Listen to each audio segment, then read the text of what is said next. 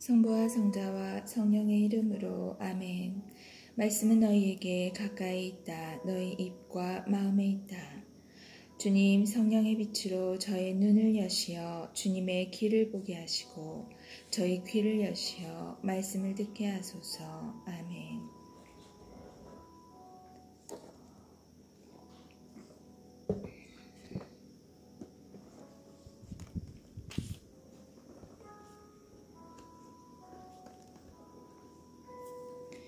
안티오코스가 보낸 자들이 유다인들을 억압하고 학살하다. 이렇게 하여 안티오코스는 성전에서 1800탈렌트를 실어내어 안티오키아로 급히 돌아갔다. 그는 오만하게도 물에다 배를 띄우고 바다를 걸어갈 수 있다고 생각하였다. 그만큼 의기양양하였던 것이다. 그는 백성을 억압할 감독들을 남겨두었다.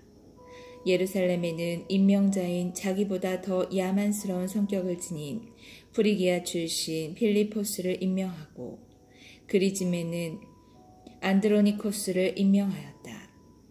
이들 말고도 메넬라우스를 임명하였는데 그는 어느 누구보다 더 포악하게 동족을 지배하였다. 유다인들에게 적대감을 품고 있는 안티오코스는 미시아의 수령 아폴로니우스를 군사 22,000명과 함께 보내며 장정들을 모조리 학살하고 여자들과 아이들은 노예로 팔라고 명령하였다. 아폴로니우스는 예루살렘에 도착하자 평화로운 사람인 체하며 거룩한 안식일까지 기다렸다가 그날에 유다인들이 일하지 않은 것을 보고 부하들에게 무장행렬을 하라고 지시하였다.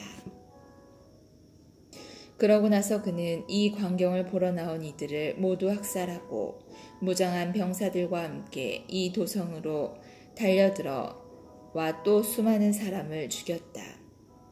그때의 마카베오가 하는 유다가 9명가량의 사람들과 함께 광야로 물러갔다. 유다는 그곳에서 동지들과 함께 들짐승처럼 살며 몸을 부정하게 하지 않으려고 줄곧 들에 나는 것만 먹고 살았다.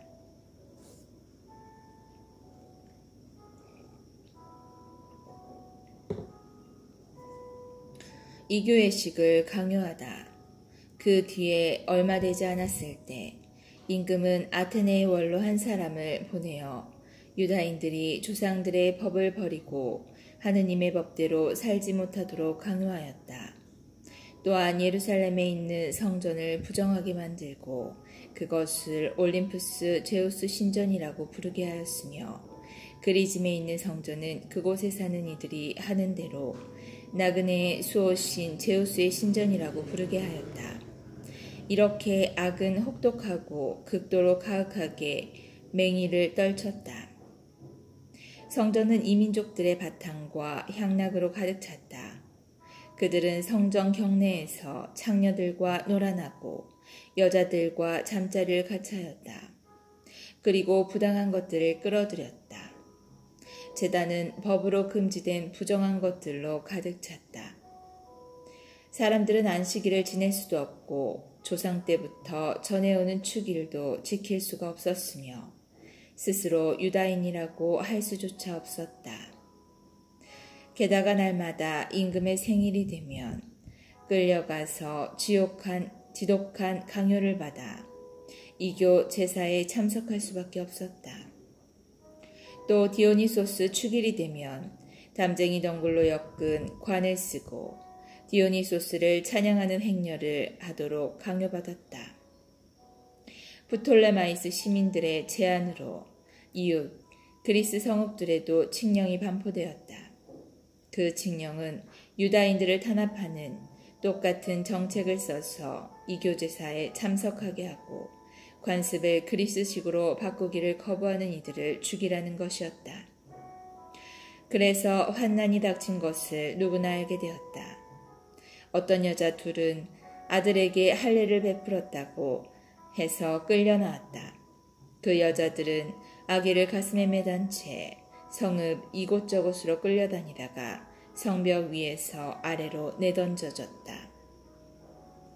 다른 이들은 근처 동굴에 모여서 몰래 7째 날을 지내다가 빌리포스에게 고발되어 한꺼번에 화형을 당하였다. 그들은 성스러운 날을 존중하여 자신들을 방어하는 일조차 삼갔던 것이다. 저자의 권고. 나는 이 책을 읽는 이들이 이러한 고난과 고난에 좌절하지 말고 이 징벌을 우리 민족을 멸망시키려는 것이 아니라 교육시키려는 것으로 여기도록 권고한다. 사악한 자들을 오래 내버려 두지 않고 바로 벌하시는 것은 그분께서 지극히 인자하시다는 표지다. 주님께서는 이와 달리 다른 민족들에게는 그들의 죄가 가득 찰 때까지 벌을 내리시지 않고 인내하며 기다리신다. 그러나 우리 민족은 달리 다루시기를 결정하셨다. 나중에 우리의 죄가 절정에 달하여 그분께서 우리에게 보복하시는 일이 없게 하시려는 것이다. 그러므로 그분께서는 절대로 우리에게서 자비를 거두지 않으신다. 고난으로 당신의 백성을 교육하시는 것이지 저버리시는 것이 아니다. 이것으로 이러한 사실을 상기시키기에 충분할 것이다.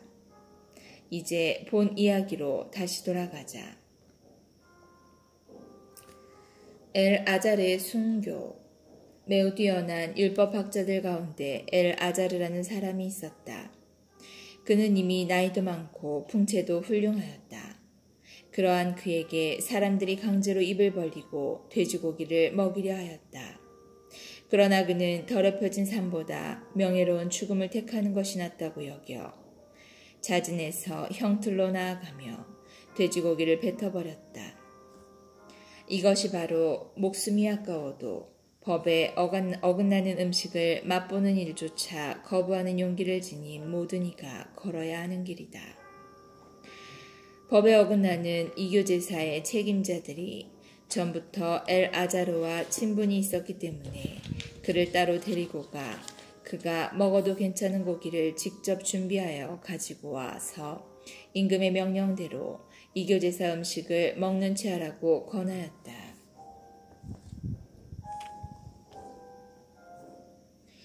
그렇게 하여 엘아자르가 죽음을 면하고 그들과 맺어온 오랜 우정을 생각하여 관대한 처분을 받게 하려는 것이었다.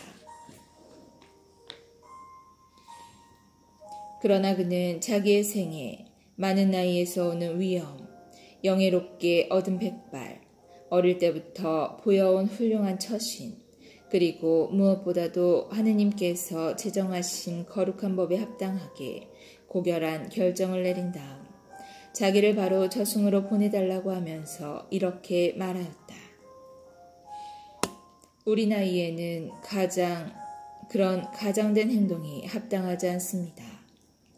많은 젊은이가 90살이나 된 엘아자르가 이 민족들의 종교로 넘어갔다고 생각할 것입니다. 또한 조금이라도 더 살아보려고 내가 취한 가장 행동을 보고 그들은 나 때문에 잘못된 길로 빠지고 이 늙은이에게는 오욕과 치욕만이 남을 것입니다. 그리고 내가 지금은 인간의 벌을 피할 수 있다 하더라도 살아서나 죽어서나 전능하신 분의 손길은 피할 수 없을 것입니다. 그러므로 이제 나는 이 삶을 하직하여 늙은 나이에 막가진 내 자신을 보여주려고 합니다. 또 나는 숭고하고 거룩한 법을 위하여 어떻게 기꺼이 그리고 고결하게 훌륭한 죽음을 맞이하는지 그 모범을 젊은이들에게 남기려고 합니다. 이렇게 말하고 나서 그는 바로 형틀로 갔다. 조금 전까지도 그에게 호의를 베풀던 자들은 그가 한 말을 미친 소리라고 생각하였기 때문에 마음을 바꾸고 악의를 품었다.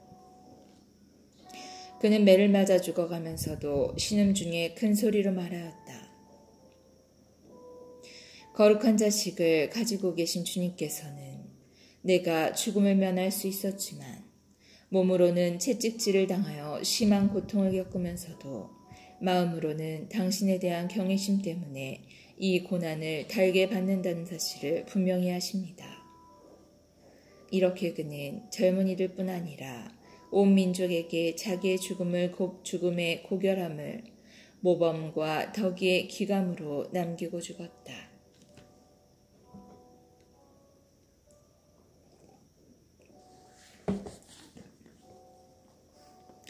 한 어머니와 7 아들의 순교. 그때 어떤 7 형제가 어머니와 함께 체포되어 채찍과 가죽끈으로 고초를 당하며 법으로 금지된 돼지고기를 먹으라고 강요를 임금에게 받은 일이 있었다. 그들 가운데 하나가 대변자가 되어 이렇게 말하였다. 우리를 신문하여 무엇을 알아내려나 하시는 것이오. 우리는 조상들의 법을 어기느니 차라리 죽을 각오가 되어 있어. 그러자 임금은 화가 나서 냄비와 솥을 불에 달구라고 명령하였다. 그것들이 바로 달구어졌을 때 남은 형제들과 어머니가 함께 지켜보는 가운데 그 대변자의 혀를 잘라내고 머리가죽을 벗기고 손발을 자르라고 지시하였다.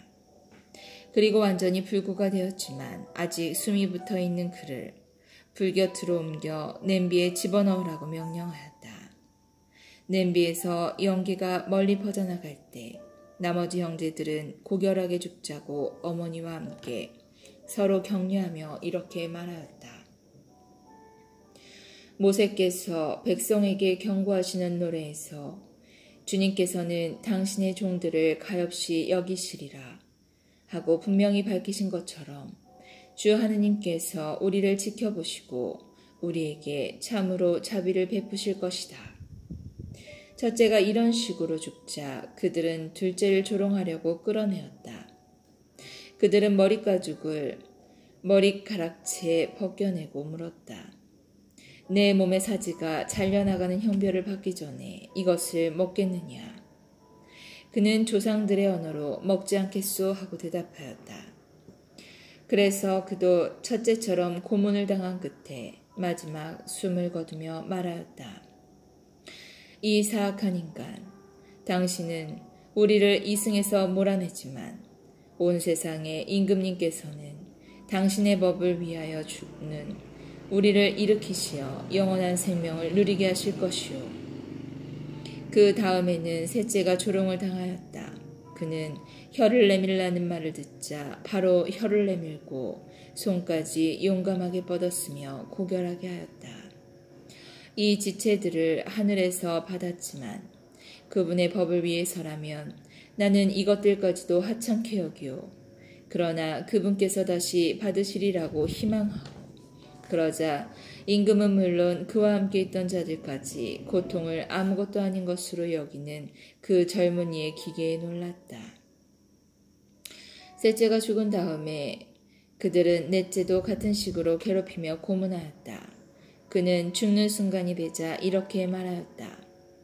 하느님께서 다시 일으키셔 주시리라는 희망을 간직하고 사람들의 손에 죽는 것이 더 낫겠소. 그러나 당신은 부활하여 새 생명을 누릴 가망이 없소. 그 다음에는 다섯째가 끌려 나와 고초를 당하였다. 그는 임금을 바라보며 말하였다. 당신도 죽을 몸인데 사람들에게 권력을 휘두르며 당신 마음대로 하고 있소. 그러나 우리 민족이 하느님께 버림받았다고 생각하지 마시오. 두고 보시오. 그분의 위대한 능력이 어떻게 당신과 당신 후손을 괴롭히는지 당신이 보게 될 것이오. 그 다음에 그들은 여섯째를 끌어내었다. 그는 죽을 때가 되자 이렇게 말하였다. 헛된 생각을 하지 마시오. 우리는 지금 우리 하느님께 죄를 지은 탓으로 고난을 당하고 있어. 그래서 이렇게 엄청난 일들이 벌어진 것이오. 그러나 감히 하느님과 싸우려 한 당신이 벌을 받지 않으리라고는 생각하지 마시오. 특별히 그 어머니는 오래 기억될 놀라운 사람이었다. 그는 7 아들이 단 하루에 죽어가는 것을 지켜보면서 주님께 희망을 두고 있었기 때문에 용감하게 견뎌냈다.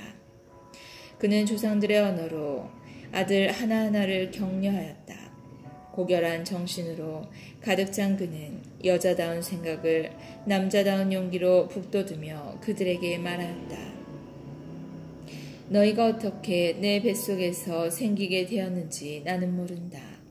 너희에게 목숨과 생명을 준 것은 내가 아니며 너희 몸의 각 부분을 제자리에 붙여준 것도 내가 아니다. 그러므로 사람이 생겨날 때 그를 빚어내시고 만물이 생겨날 때 그것을 마련해내신 온 세상의 창조주께서 자비로이 너희에게 목숨과 생명을 다시 주실 것이다. 너희가 지금 그분의 법을 위하여 너희 자신을 하찮게 여겼기 때문이다. 안티오코스는 자기가 무시당하였다고 생각하며 그 여자의 말투가 자기를 비난하는 것이 아닌가 하고 의심스러워하였다. 막내 아들은 아직 살아있었다. 임금은 그에게 조상들의 관습에서 돌아서기만 하면 부자로 만들어주고 행복하게 해주며 벗으로 삼고 관지까지 주겠다고 하면서 말로 타이를 뿐 아니라 약속하며 맹세까지 하였다. 그러나 그 젊은이는 전혀 귀를 기울이지 않았다. 그래서 임금은 그 어머니를 가까이 불러 소년에게 충고하며 목숨을 구하게 하라고 강권하였다. 임금이 줄기차게 강권하자 어머니는 아들을 설득해보겠다고 하였다. 그러나 어머니는 아들에게 몸을 기울이고 그 잔인한 폭군을 비웃으며 조상들의 언어로 이렇게 말하였다. 아들아, 나를 불쌍히 여겨다오. 나는 9달 동안 너를 뱃속에 품고 다녔고 너에게 3해 동안 젖을 먹였으며 내가 이 나이에 이르도록 기르고 키우고 보살펴왔다. 얘야, 너에게 당부한다. 하늘과 땅을 바라보고 그 안에 있는 모든 것을 살펴보아라. 그리고 하느님께서 이미 있는 것에서 그것들을 만들지 않으셨음을 깨달아라. 사람들이 생겨난 것도 마찬가지다. 이 박해제를 두려워하지 말고 형들에게 부끄럽지 않게 죽음을 받아들여라. 그래야 내가 그분의 자비로 내 형들과 함께 너를 다시 맞이하게 될 것이다. 어머니가 말을 마치기도 전에 젊은이가 말하였다. 당신들은 무엇을 기다리는 것이오? 나는 임금의 명령에 복종하지 않겠소. 모세를 통하여 우리 조상들에게 주신 법에만 순종할 뿐이오. 히브리인들을 거슬러 온갖 불행을 꾸며낸 당신들은 결코 하느님의 손에서 벗어나지 못할 것이오. 우리는 우리의 죄 때문에 고난을 당하고 있소.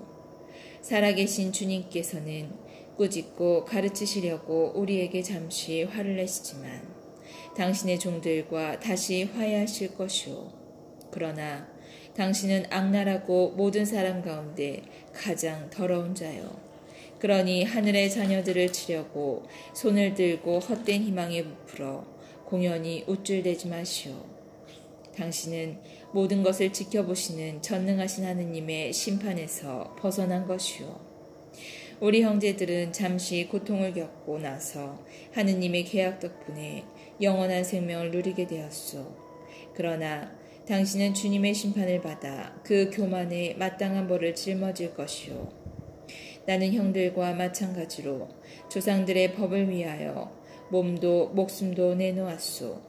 그러면서 하느님께서 우리 민족에게서는 어서 자비를 베푸시고 당신에게는 시련과 재앙을 내리시어 그분만이 하느님이심을 고백하게 해주시기를 간청하오. 또한 우리 온 민족에게 정당하게 내려졌던 전능하신 분의 분노가 나와 내 형제를 통하여 끝나기를 간청하고 있소. 화가 치밀어 오른 임금은 다른 어느 형제보다 그를 더 치욕하게 다루었다. 모욕에 찬 그의 말에 격분하였던 것이다. 그리하여 그는 주님을 온전히 신뢰하며 더럽혀지지 않은 채 죽어갔다. 마지막으로 그의 어머니도 아들들의 뒤를 이어 죽었다. 이교 제사를 거부한 이야기와 극심한 고문에 관한 이야기는 여기에서 마치기로 하자. 유다 마카베오가 항전하다. 마카베오라고 하는 유다와 그의 동지들은 여러 마을에 몰래 들어가 친족들을 불러내고 유다교에 충실하게 살아온 이들을 소집하여 6,000명가량 모았다. 그들은 모든 사람에게 억압당하는 이 백성을 굽어보시고 사악한 사람들에게 더럽혀진 성전을 가엾이 여겨주십사고 주님께 간청하였다. 또한 파괴되어 거의 무너져가는 이 도성에 자비를 베푸시고 죽은 이들의 피가 당신에게 하소연하는 소리를 들어주시며 무죄한 아기들이 당한 무도한 학살과 당신의 이름이 받은 모독을 기억하시고 악에 대한 당신의 혐오감을 드러내시기를 간청하였다. 마카베오가 군대를 조직하자마자 이 민족들이 그를 당해내지 못하게 되었으니 백성에 대한 주님의 분노가 자비로 바뀌게 된 것이다. 그는 성읍과 마을들을 급습하여 불을 지르고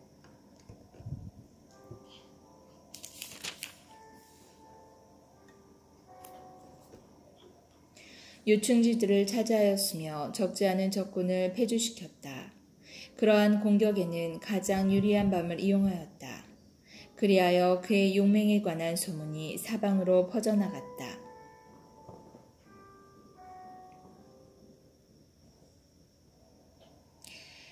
당신 말씀은 제 발의 등불 저의 길에 비칩니다. 주님, 저희가 성경을 생명의 말씀으로 믿고 기도하며 살고 선포하게 하시어 언제나 성령 안에서 평화와 기쁨을 누리게 하소서. 아멘. 성부와 성자와 성령의 이름으로 아멘.